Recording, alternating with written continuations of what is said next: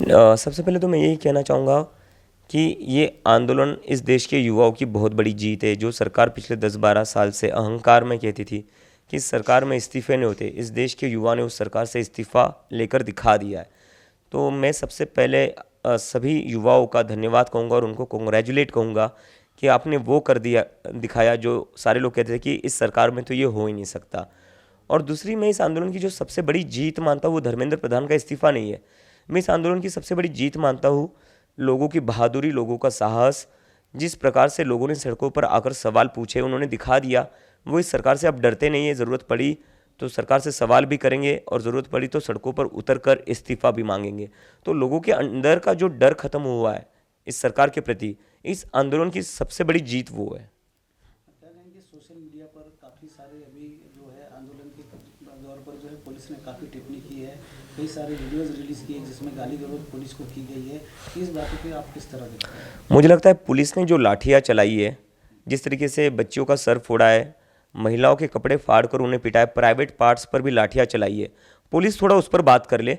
क्योंकि गाली देना इस देश में क्रिमिनल ऑफेंस नहीं है। गाली देने का मैं समर्थन नहीं करता हूँ, पब्लिकली किसी को भी गाली नहीं देनी चाहिए।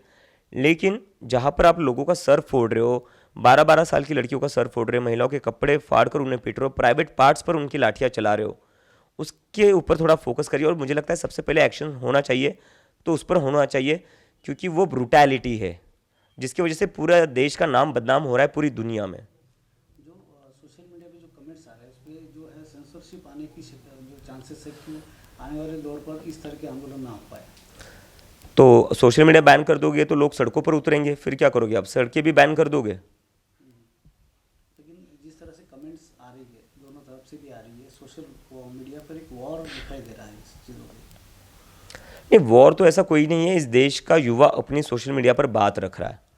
इस युवा की इतने साल से अपने आवाज़ दबा रखी थी, इनको डरा रखा था, धमका रखा था। क्योंकि जब भी इस देश में कोई सरकार के खिलाफ बोलता था या सवाल करता था या आवाज़ उठाता था, उन लोगों को डराया धमकाया जाता था पुलिस केसेस के द्वारा, या जेल में भेजा जाता था, या अकाउंट बैन किए जाते थे। हमारा खुद का अकाउंट बैन हुआ था।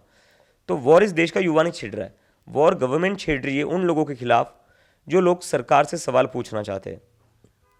जब आप में बात होती है तो सीजीपी के आने वाले फंड के ऊपर काफ़ी सारे होती है कि बाहर से इस आपको फंडिंग हो रही है और देश घातक कृत्य आप करना चाहते हो। मुझे लगता है कि अगर हमें बाहर से फंडिंग मिल रही है तो Amit Shah as a home minister fail हो चुकी है। उनके होम मिनिस्टर रहते हुए कैसे हो सकता है? और हम कौन सा वर्ड था वो, विघातक तत्व अगर हम है तो क्या जेपी नड्डा जी देश विघातक तत्वों के साथ बैठकर मीटिंग कर रहे थे? क्या जेपी नड्डा जी ने देश विघातक तत्वों की बात मानकर अपने एजुकेशन मिनिस्टर को सैक किया? ये तो बहुत ही मतलब मजाक वाली बात हो गई फिर तो। अभी नीट के एग्ज़ाम पर आपने देशव्यापी आंदोलन किया है, लेकिन अभी पुणे में जो है एक जो सावित्रीबाई फुले विद्यापीठ में बोगस पदवी का जो है मामला वो भी सामने है, उसके ऊपर आप कुछ करेंगे?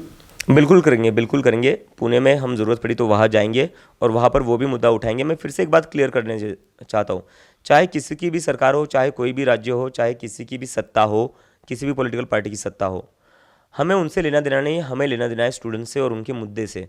जो स्टूडेंट्स इस सिस्टम से परेशान हो चुका है, हम उनके लिए आवाज़ उठाएंगे, उनके मुद्दे उठाएंगे, चाहे सत्ता किसी की भी हो, पॉलिटिकल पार्टी कोई भी हो।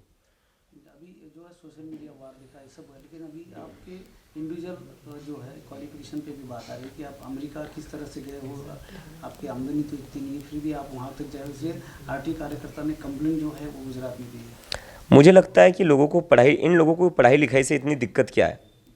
इन्हें तो खुश होना चाहिए था कि इस देश का एक लड़का बाहर जाकर पढ़ लिख कर आ गया अपने देश वापस, फिर से देश के लिए कुछ कर रहा है। लेकिन कोई बात नहीं। उनके लिए मैं बता देना चाहता हूँ, मुझे बॉस्टन यूनिवर्सिटी से स्कॉलरशिप मिली थी और बाकी जो थोड़ा बहुत अमाउंट था उसके लिए मुझे लोन भी लेना पड़ा था। तो मेरा जो एजुकेशन फ़ंड हुआ है वो मुझे स्कॉलरशिप बॉस्टन यूनिवर्सिटी ने दी थी और एजुकेशन लोन लेना पड़ा था। आप आकर मेरी जाँच कर सकते हो और मेरी डिग्री असली है। अभी जो आगे आने वाले इलेक्शन है उसमें आपको लगता है कि एजुकेशन ये मेन मुद्दा होगा जिसके ऊपर ही पूरी इलेक्शंस होगी? मुझे लगता है बस आने वाला इलेक्शन इस देश में हर इलेक्शन एजुकेशन के मुद्दे पर होना चाहिए, क्योंकि एजुकेशन जो है हमारे देश के भविष्य का फाउंडेशन है। और एजुकेशन में पैसा खर्च करना मतलब इन्वेस्टमेंट है फ्यूचर के लिए। तो सरकार जितना ज़्यादा एजुकेशन में पैसा खर्च करेगी उतना वो इन्वेस्ट करेगी फ्यूचर में।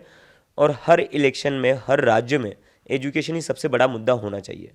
अभी अपन जो एजुकेशन सिस्टम की बात करें तो सरकारी स्कूल काफ़ी सक्षम है, फिर भी जो प्राइवेट स्कूल्स है उसमें जाने वाले बच्चों की संख्या जो बढ़ रही है और काफ़ी महंगा एजुकेशन हुआ है। नहीं नहीं, सरकारी स्कूल कहीं से भी सक्षम नहीं है, इसलिए तो लोग प्राइवेट स्कूल में बच्चों को भेजते हैं ना। अगर सरकारी स्कूल सक्षम होते, अच्छे होते, तो प्राइवेट स्कूल में क्यों भेजते? सरकारी स्कूलों की हालत क्या है हमारे देश में?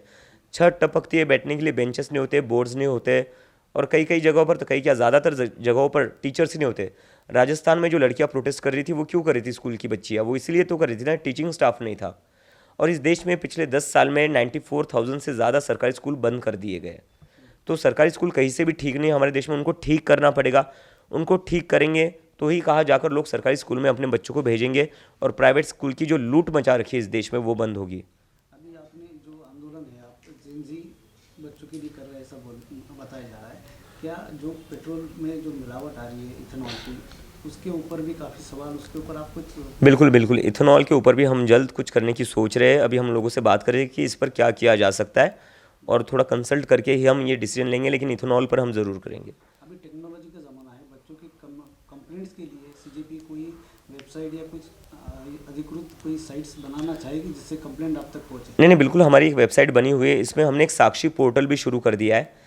जिन जिन बच्चों को पुलिस ने पीटा है, वो सारे बच्चे हमारे वेबसाइट पर जाकर साक्षी पोर्टल पर जा सकते हैं। वहाँ पर जिन पुलिस वालों ने आपको पीटा है, अगर आपके पास उनके विजुअल्स है, तो वो विजुअल्स आप जाकर अपलोड कर दीजिए, और बाकी डिटेल्स जो अपनी है वो हमें बता दीजिए। उसके बाद हम सभी उन पुलिस वालों को कोर्ट में घसीटेंगे। सीजेपी अभी काफ़ी पूरे देश में फॉर्म में आ चुकी है, सबके जगह पर सिर्फ सीजेपी का नाम है। क्या पॉलिटिकल पार्टी बोल के 2029 में वो आगे आनी चाहिए? नहीं नहीं, अभी हमारा ऐसा कोई भी विचार नहीं है। पॉलिटिकल पार्टी बनाकर हम करेंगे क्या जब वोट ही डिलीट हो जाते हैं? पॉलिटिकल पार्टी बनाकर हम करेंगे क्या जब हर दूसरे दिन ईडी सीबीआई भेजी जाती है पॉलिटिकल पार्टीज़ के पीछे? और एक तरीके से हमारे देश का जो लोकतंत्र है वो उल्टा चल रहा है। पहले लोकतंत्र में ये होता था कि वोटर्स जो थे वो सरकार चुनते थे।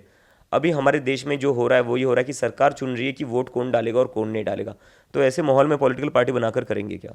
अभी अगली रणनीति क्या होगी, उसके ऊपर कोई बैठक है आपकी कि एक मुद्दा खत्म होने के बाद अभी किस तरह से? नहीं, अगली रणनीति बनाने के लिए ही हमने बुधवार को यहाँ पर मीटिंग बुलाई है। संभाजी नगर में सारे सीजेपी के कोर मेंबर, स्पोक्स पर्सन्स आने वाले हैं, और उसके बाद हम अपना आगे का रोड मैप बताएंगे। Thank you.